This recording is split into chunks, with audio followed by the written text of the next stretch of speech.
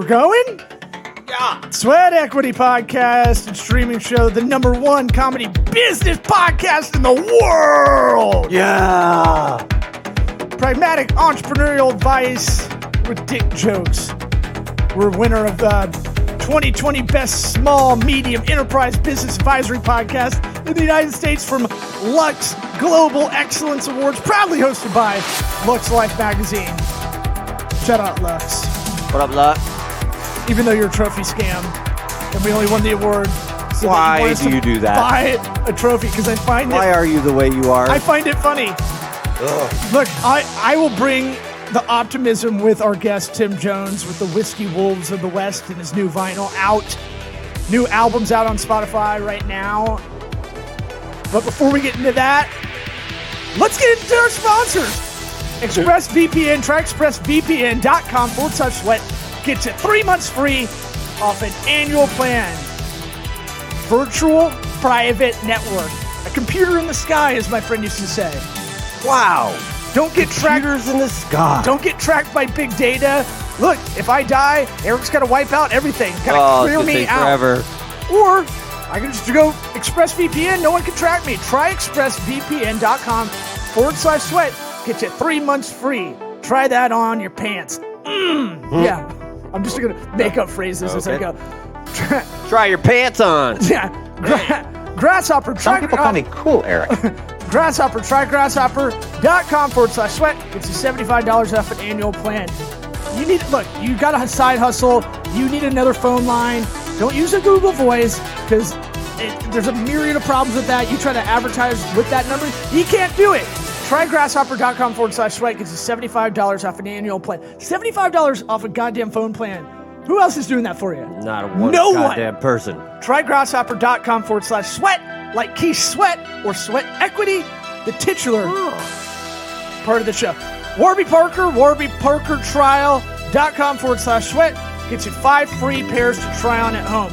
You got prescription glasses?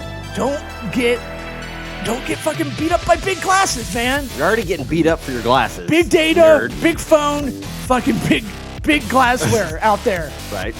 Surprisingly, the glasses is the biggest monopoly of all of them. Yeah. WarbyParkerTrial.com/sweat. Get the disruptor company that is making it happen. $95 for most of the stylish sunglasses that you're paying $600, $700 for. I can't believe it's that. Not me.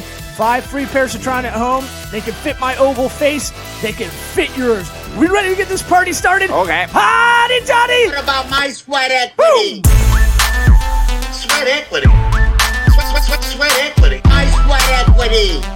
My sweat equity.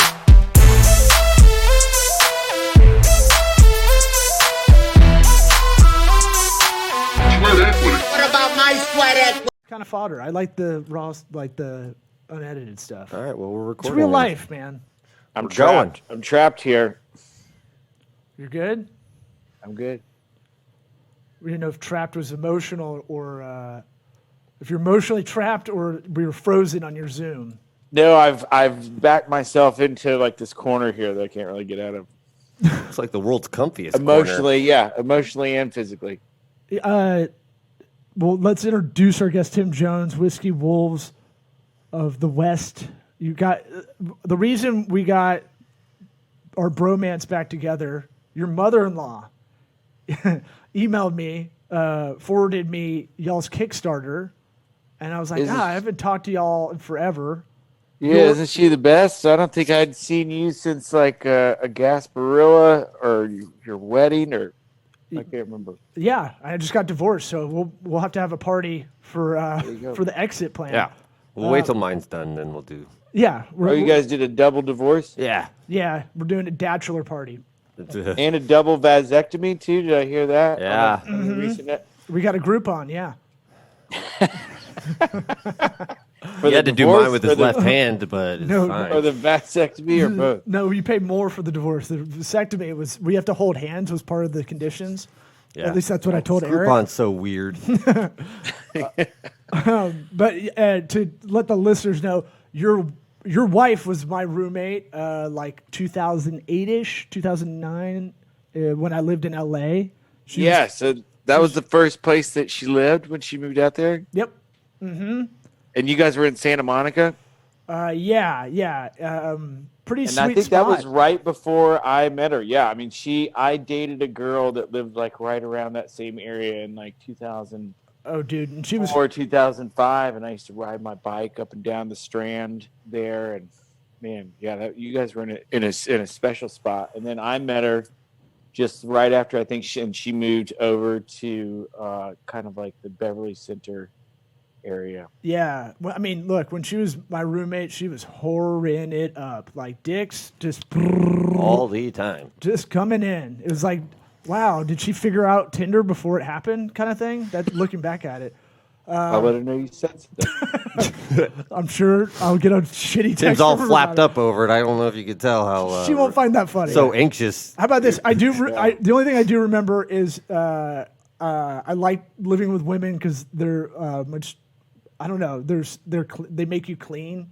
Yeah. They make you want to be cleaner. Yeah. And then, Yeah, I mean, we have a really great relationship in that I'm super disorganized. I'm a clean person. I like things clean, but I have no problem like coming home and taking everything out of my pockets at a different location and dropping it around the house. And we dated for like 5 years before we ever lived together. And because we didn't really, I mean, I lived with her sometimes in Los Angeles when I was not touring.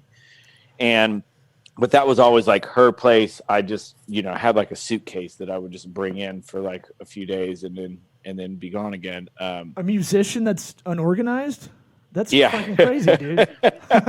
And so when we rented a place together right before, like when we got engaged in Nashville. And then when we rented when we bought a house in 2014 and we got like some cabinets and stuff, she was like, "This is your drawer, and all of your stuff goes in this drawer from now on. Yeah. Back When to you your walk in the P-pad. house, you put your stuff in this drawer. If there's ever anything that you're missing, look in this drawer first before you ask me." Oh man, And I that love drawer it. filled up like in like 2 days. It was filled. Well, I mean, look, she doesn't know how many pogs you carry around in those cargo shorts. So you're always out there fucking banging them out, man. So Yeah, you're bringing home winnings all the time. I haven't had. Yeah, I got to get back into the cargo shorts again. I did see myself looking at some cargo pants the other day. Well, as a dad, she'll probably let that slide because as Dan Cummings has a bit about it. Your wife just doesn't care what you wear anymore because she wants you to be unfuckable to other people.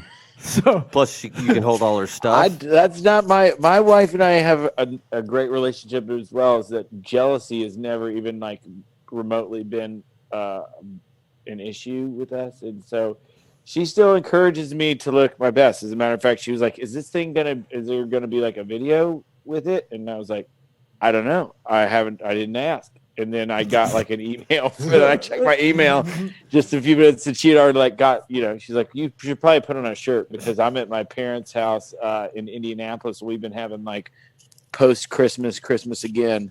And I stayed in my pajamas till 4 or 5 o'clock yesterday. And I was pretty close to hitting that point again today if it hadn't been for you guys good. interrupting my pajama party. Well, or it could be alcoholism in Indiana because they fucking booze. I've been there. I've stayed there a couple weeks before, and secretly Midwestern people, because it gets dark at like 4 Yeah. in the winter. They're all like you feel like they're very nice, pleasant people that would never drink, and they all do it in their own basement. Like, they do it like secretly? 4 o'clock. Yeah, they're like a lot of secret alcoholics in the Midwest. I found out. Winter alcoholics. is Yeah, what they're- yeah. Well, this is just a ginger ale from That's- Winchester, Kentucky. We didn't see that before until you raised it up, but And hold look, on yourself. Look, honestly, we wouldn't care if you're fucking blotto drunk right now. It'd probably No, be I mean, it's- awesome. Go smoke crack? 3 Crack, o'clock. dude. It's 3 o'clock here. Well, yeah, Hard to get good crack here in Indianapolis. yeah. It's been said many a time, but yeah, you got to go to Gary, Indiana. I heard, not South Bend. That's what all I know about crack getting. Better there. What? Tell me about this Kickstarter. So I have a lot of questions about like the music business as it is. Like you're kind of a really interesting guest to have on because you're a professional musician. You've had albums out before. I think everything I've heard, I've been jamming to your stuff a lot this week in prep. And just, it's one of those things where I know it from the comedy side how hard it is to, get over that hump you want to get to, right? How do you make any money now, especially in the COVID time when you can't tour, doing music? I'm so like square one about it. I don't want to try to make any assumptions because I usually, in the music world, what I think is not how it goes a lot of the time. Yeah. Well, my father-in-law asked the same question last week. Who is great. My mother-in-law is like they have been big supporters since I met Katie.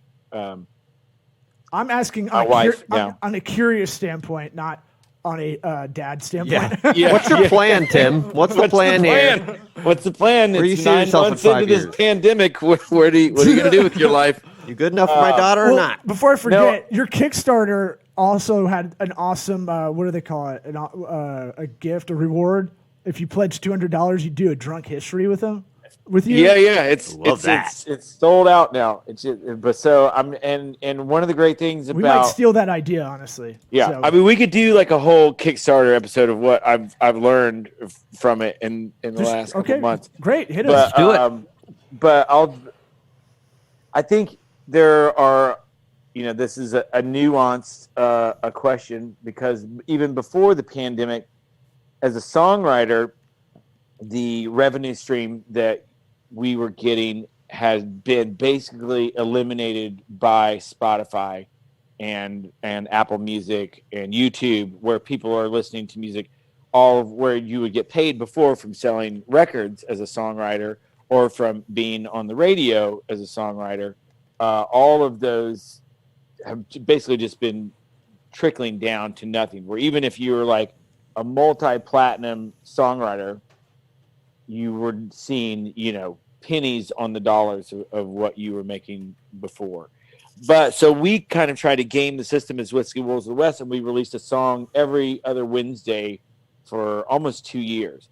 And so we were just putting out everything there, still like ultra quality, but a lot of quantity, to try and just hit this, whatever the algorithm was on Spotify, to try and put as much out there where it's, as opposed to trying to have one song that got 1 million plays, have 50 songs that get 20,000 plays each, which I think, doesn't that equal 1 million? And I was told there'd be no math. So that did help a lot as far as, apparently people in 77 countries listened to us, and we had over 500,000 plays between all the songs that we have out there. But still, it's just not enough revenue stream for one person to live on, much less two, because I have a business partner in Whiskey Wolves of the West, Leroy Powell, who makes most of his money as a session guitar player on a lot of Dave Cobb's records, which like this year he's played on Shania Twain and Dolly Parton and Barry Gibb and Travis Tritt and like all these old school country people, the Oak Ridge Boys, but also did like Sturgill Simpson's first record and Chris Isaac and Cody Jinks and all this kind of outlaw country, the new Nashville sound that, if you Google who Dave Cobb is, you can see all of Producer of the Year and stuff that he's done. So Leroy that's still a place for him to make money. I am not a studio musician. I've always been like a singer and a songwriter and more of like an entertainer. And so the majority of my income was coming through live music playing, which in Nashville is great because you can play live for a lot of the tourists that come through, play your own music, play covers. And then that ended up generating a lot of private events and corporate parties and stuff like that, which really enhanced our ability to make revenue without feeling like we needed to be sustained by our art, which thus freed us up to make more pure art. Yeah. Yeah, that's interesting. I recently just learned that, back in the day, it was really more songwriters made the real coin. And if you got to be, one of the label's go-to people after a while, like because the residual, whatever it is. Yeah. It was the dividends over 9 time or whatever. Yeah, 9.2 cents per song, up to 10 songs per album. So if you were the sole songwriter on an album,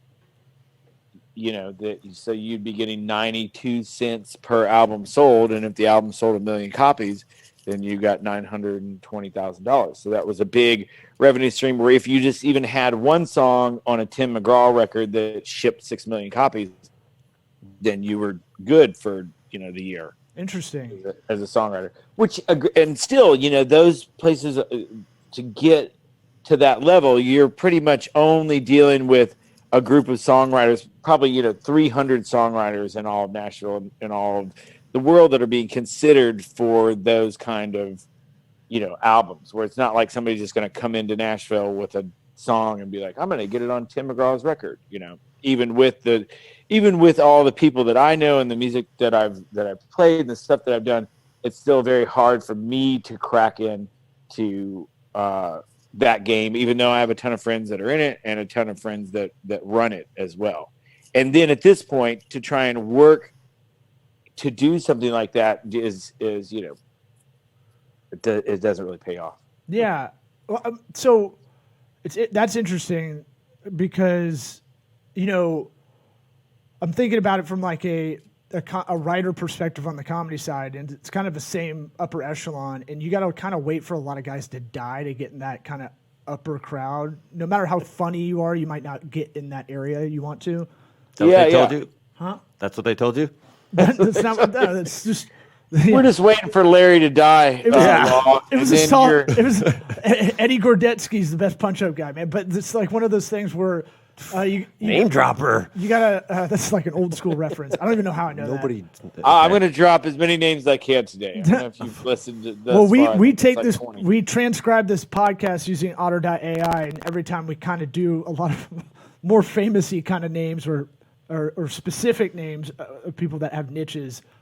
It helps our SEO. Yeah. So. Oh, what is Otter.ai? This is I like the sound is Zoom, of it because and then we have it with Otter, which is an AI transcription app.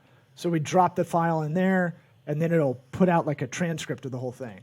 And then how does that go along with the YouTube video and does like search engine optimization? We need to get there. I've shit the bed on basically our YouTube SEO. Yeah, the YouTube side of things were basically non-existent, but for our website, it can act as a blog post, which boosts SEO. Oh, okay. Because it's, all those words.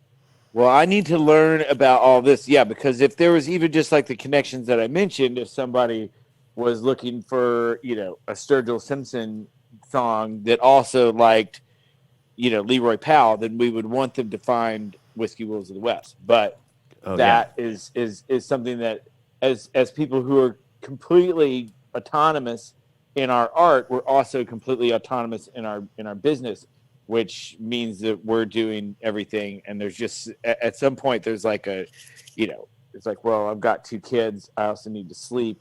What else, how can I do some more search engine optimization, or what am I going to focus on today to try and make, if you do one thing a day for your art, I think you're doing great. And sometimes the nuances of that sort of business where we want to attract as many people possible, but without hiring somebody to do that for you, it becomes, it's hard to do it, Paul. Well, look, hit me up if you ever need any like, hey, I want to try to do this. I don't even know where to look. I do. Yes, don't hesitate to hit me up. I love I will. Sharing the nerd knowledge. It's kind of part of the reason we have this podcast is like, oh, here's a cheat code I heard, or we're learning if other musicians, aspiring musicians, because you have to be your own entrepreneur, marketer, if you want to do any art at a professional level now, Yeah. You waving at Well, us? I've got a list of questions. I'll send over. Thanks for opening that door. Yeah, man, of course. And like as I'm listening to you talk about all this, yeah, we try to keep these episodes pretty quick, and I've got a lot of different ways to go to ask you a bunch of questions. I'm like, why don't y'all have a podcast going?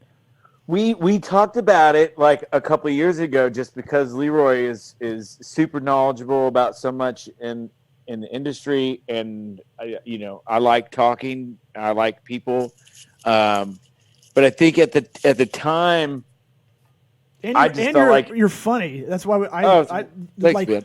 you're gregariously funny, like you're conversationally funny. That's kind of and with a podcast, you don't really have to try to be funny. If it happens, it's great, right? Yeah. But you push too much for it, it feels fucking thirsty. Yeah. You know. And Well, I feel like there was a at the time when we talked about doing it, there just seemed like an overwhelming abundance of people that were doing podcasts and not the same market of people that wanted it. But now I feel like there is so much of an abundance of people that want it, and for each niche of the thing, where somebody was like, I want to know how to break into the comedy business, and your all's podcast would come up, where if somebody else was like, I want to know the history of songwriting or the Nashville studio sound or whatever, you like, that if you did the right tags, that if we had a podcast, that something would come up. And more that you have like a historical record. I have a history degree, and I would be into trying to see this later on from a different perspective and be like, oh wow, that's what I thought when I was 40 years old. That's interesting. Yeah, look. Yeah, you can not. Don't. What I would say is, don't keep it to. It needs to be. We need to talk about this. Like people like the personal stuff. Bring up any historical shit. If it's you and your partner or whatever, just going back and forth. I think people would like to hear about the ride, like y'all trying to do as you're doing it. I think that's wildly interesting for listeners. Yeah, like a documentary for yourself, audio. Yeah.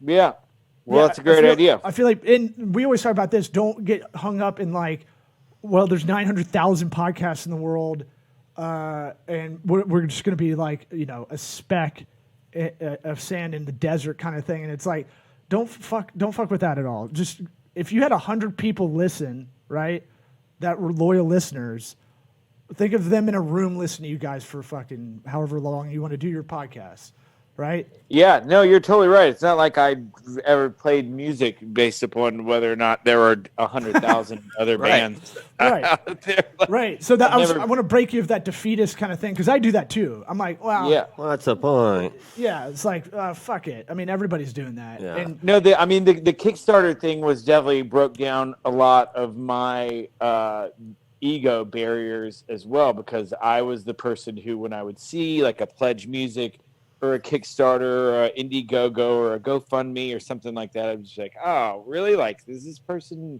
need my money? Or like, why are they asking for money? And ours was a different scenario where we weren't asking for money. We had already made the albums. We were just letting people like pre-buy the records and pre-buy the events, because essentially we didn't find any way to sell the albums anymore or to generate publicity or hype without something like that.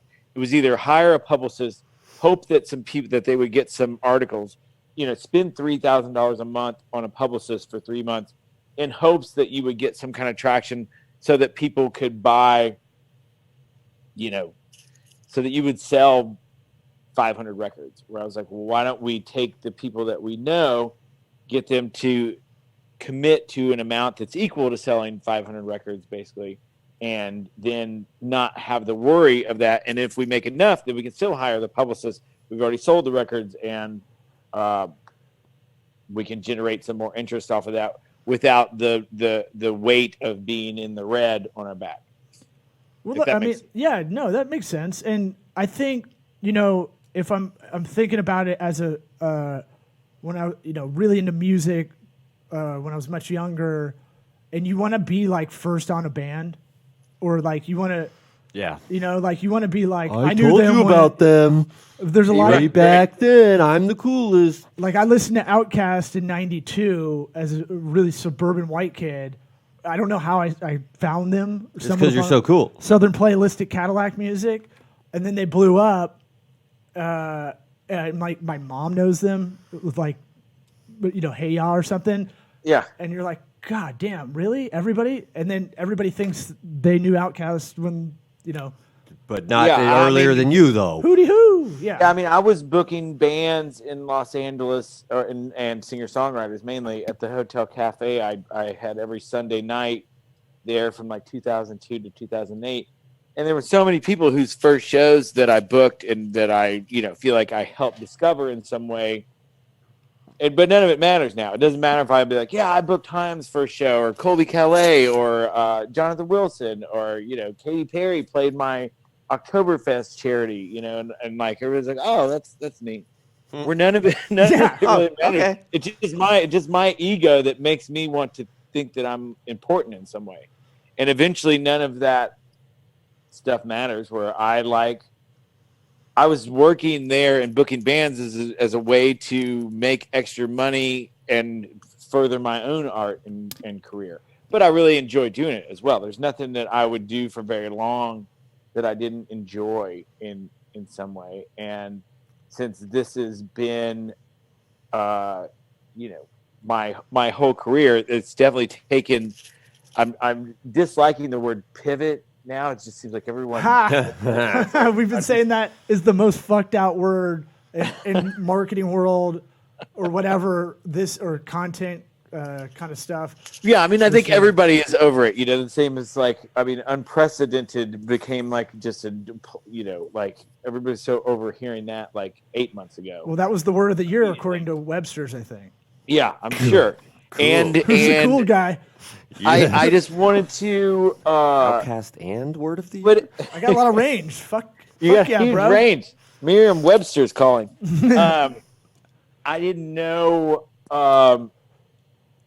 It just is. I think it's, you know, as well as Midwesterners being some dark alcoholics sometimes, there is a certain work ethic that people have here that I was definitely instilled with, of being like, okay, so you felt bad for yourself or whatever for however many days. Like, now it's time to figure it out, and nobody else is going to figure it out for you. So. Yeah, and then you've got two young kids like we both do, respectively, and it's one of those things that'll also be that that can be a little light, like get a little fucking flame under your asshole to get going, because you're like, you know, Why your asshole? Yeah, why Because does it it have says to be that right there? under Could your it just ass. be, Well, just be like a. I have Get that diarrhea close. today. You gotta get that close. Oh, I got a story to tell you, by the way. Oh boy, can't wait. Well, But- yeah, but I mean, But that they're to me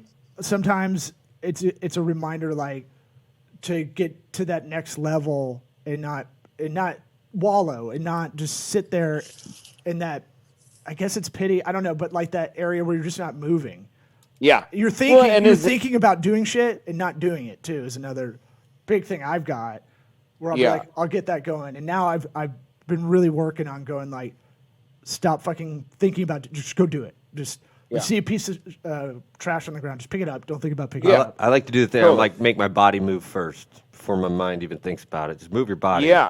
Yeah, and sometimes that's it, and you know, answering the phone or answering a message, and when somebody asks you to do something, you say yes, even though it's like out of your comfort zone or what have you. I mean, before we were saying no to so many things just because our schedule was that busy, and so we just kept setting our price higher and higher. Somebody wanted us to do an event, and we're like, well, we've got all these other things that are more comfortable to do. They're in town. That's why we never really tour, you know, as Whiskey Wolves of the West. We'll do festivals and private events and corporate things, but there were so many things that people would ask us to do, and it just wasn't worth it for us to leave town, leave our wives and our kids at home to go play, you know, a show in Atlanta for $500. It's like, that just doesn't. No, yeah. It doesn't make any sense. So in saying no and setting boundaries, then we found ourselves becoming more and more successful and being able to dictate what we wanted to do. And so even in and we've done stuff virtually like that. We started doing whereas before we would play every Saturday night, we used to do it at this place called the Sutler in Nashville, and then we played at the Nashville Palace right across from the Grand Ole Opry. That was like an old school honky tonk that Jerry Reed used to own. And it took like a month or so, like March and April, till we were just like, what are we gonna do? And then we just started playing in my backyard around like a fire, and people really got into it. We were still, it's charitable donations, from people. We would just put our Venmo up there. We never asked for money. We were just like, if you want to request a song, then here's the Venmo, here's the PayPal, y'all can give. And so the unemployment office can't really be upset because we weren't contracting a job. We weren't getting paid. It was just charity from people giving us just like a tip jar. But there was no like promise of employment or anything else like that. But we did it every week, and it made us happy. It made other people happy. Where at first I was like, I had never live streamed a thing before. When I would see somebody with like an acoustic guitar on a live stream, I would just like shut it off immediately. But then we tried to make it more into a show where I would watch people play with an acoustic guitar, and then they would end, and there's just silence there, and it's like the most uncomfortable thing as doing stand up, like when it's just you and 3 or 4 people, and the people aren't laughing, it's really hard to get that energy going. So we tried to turn it more into like a show. We had like a laugh track that we would play, and we would have jokes and conversations in between. Katie would be there reading off the requests from people. And I think like it's so much better to do a podcast when you have 2 people. A gathering is like 2 people, and an audience or something else. So as long as you have 3 people together, it turns into, I think, a gathering. And the whole audience is like, and at times there were 100 people watching live, and times there were only 50 people watching live. But it didn't really change the performance for us because I couldn't even see how many people were watching live. Right. I can't see that far. Like, I see this as a conversation. It's just nice to catch up with you, right? It honestly, having a podcast gives me a reason to hit y'all up and just say what's up. So Well, thank you for having me on. We've talked about it before. There's like 20 like benefits of doing a show that we never thought about when we're doing it. But like one of those things is reaching out to people and go, oh, this is interesting, and I haven't talked to him in 5 years. Let's see if he wants to come on and just talk about what he's doing. You could do it if you're. There's a lot of business podcast people now that are doing it to get in the door to meet people that they need to talk to, like marketing agencies. I got asked to be a guest on a podcast, and then at the end of it, I was like, so this is your lead generation way. You're playing to the ego of people. And he's like, what? Yeah. I was like, yeah, I know what you're doing. I mean, I hadn't even thought about that, but that is a great thing because it's been hard for Leroy and I, who are both veterans of the music scene and the music business, and who have a lot of famous friends and have a lot of famous business people, and even the people that we would like to ask something from, to be like, well, could you put us on this Dolly Parton show, or could you have us open for Travis Tritt on this, thing or whatever, which now it's kind of non-existent right now because nobody has any plans or the foresight of when. Yeah, but dig the well before you're thirsty. This is a good time to strategize, to set yourself up when everything goes back to kind of green light.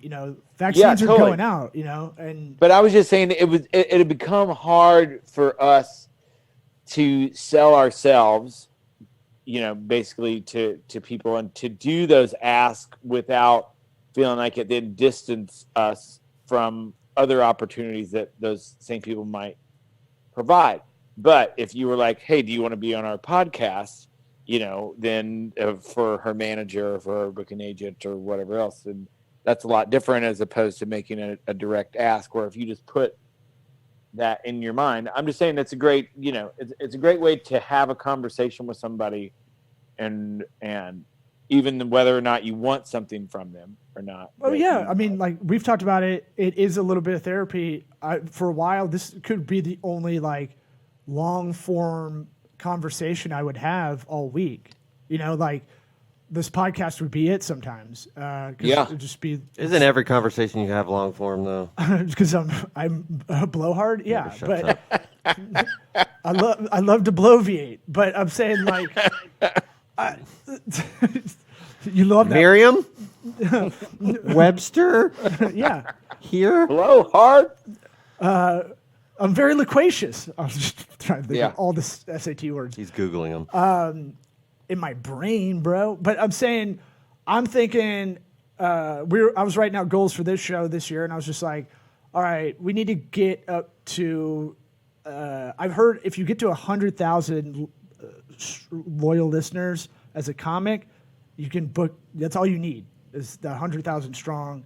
That'd be way more than you need, but I don't know. I guess if that was global. But the thing about podcast stuff is different. It's an intimate relationship. It's in your earbuds for most people, right? Yeah. And the big thing we'll tell you is when you start doing it, just do it Keep with the doing same it. frequency. Yeah. Like we fucked up a couple one of weeks my- ago and dropped a bunch of shit. Like we saw a big drop in numbers. Yeah, well, one of the things that will turn me off the quickest about a podcast is when the guest or there's like different levels, and I've heard this on even super big podcasts, especially now because a lot of people are calling in over Zoom. But if like the guest voice is way down low and then the host voice is way up here, and then you have to keep adjusting it in your headphones or your like I want to hear like a consistent, smooth, pleasing, sonorous voice on all ends. Shit, now I got to go back and listen to I this know. one, make sure it's not all fucky. Well, it's like a there's probably a compressor or a ASL or something that you could put on it to make it. American Sign Language. So here's what I do with that thing where you're putting that almost like a speed bump ahead of doing it, right? So it's like I got to worry about this problem, right? I used to do this and I remind myself of doing it. It helps. I just go, this has to exist somewhere that I can streamline it. Like someone's created a way to just automate this audio issue I might have, right?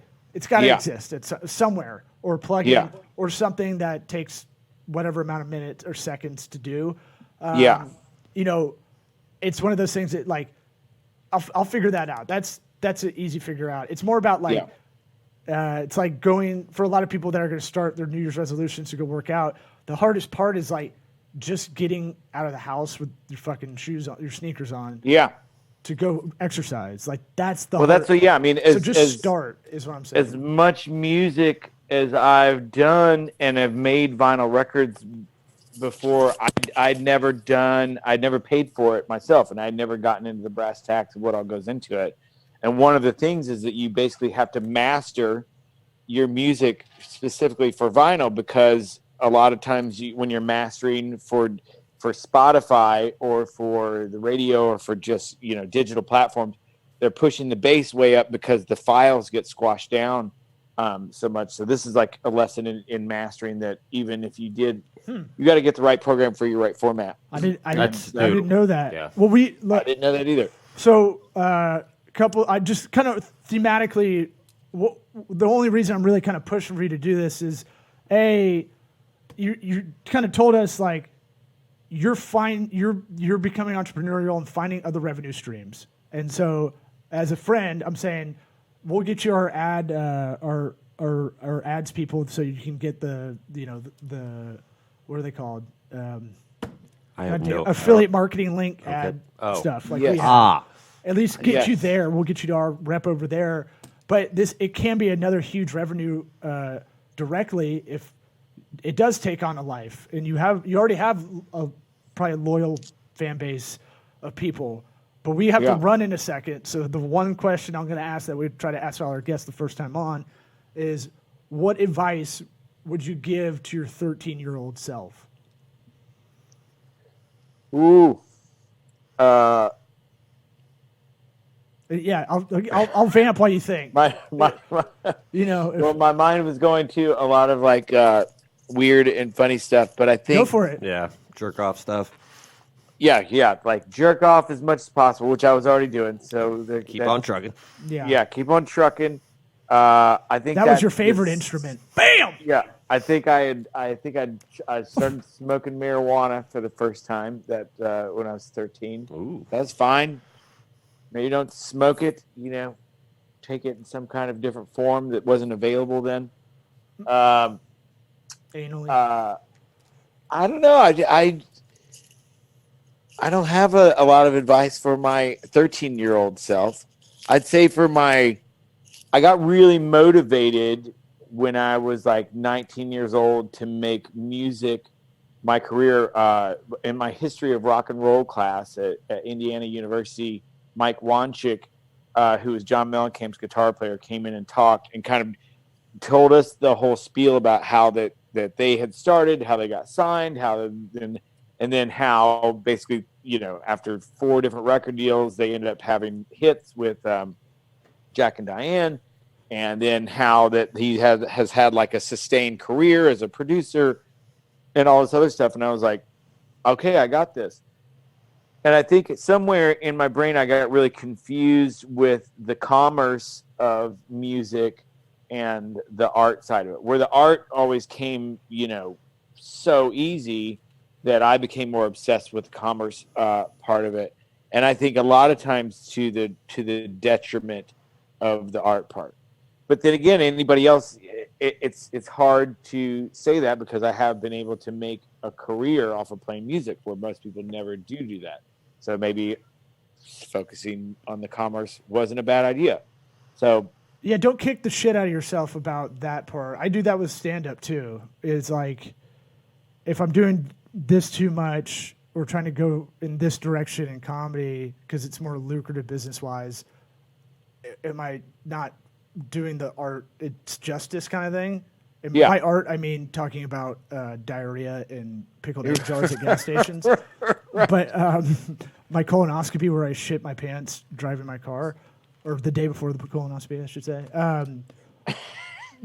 But we got to split, man. Appreciate. Where can people follow you? on that note, What's a link we can tell people to go to, or social? WhiskeyWolvesOfTheWest.com. There's links to the Kickstarter. There's links to Spotify. There's links to YouTube videos. WhiskeyWolvesOfTheWest.com. Thanks for having me on. Eric, I wanted to hear more about the Wim Hof method. Oh, dude, I think you and I have a lot to talk about. You could teach me some audio stuff. Been fascinated. Maybe we'll have part 2 next year. Yeah. We'll have you on in a couple months. We'll have you on in a Okay, couple buddy. weeks. Give it a couple weeks. Yeah. We'll do it tomorrow. I Yeah, don't give a bro. shit. We'll do a part 2 whenever, man. All right. Thanks, Care. Take care. Thanks, Care. Yeah, what's in that ginger ale, bro? He's out. See ya. Thanks and dude. Care. See ya. See ya.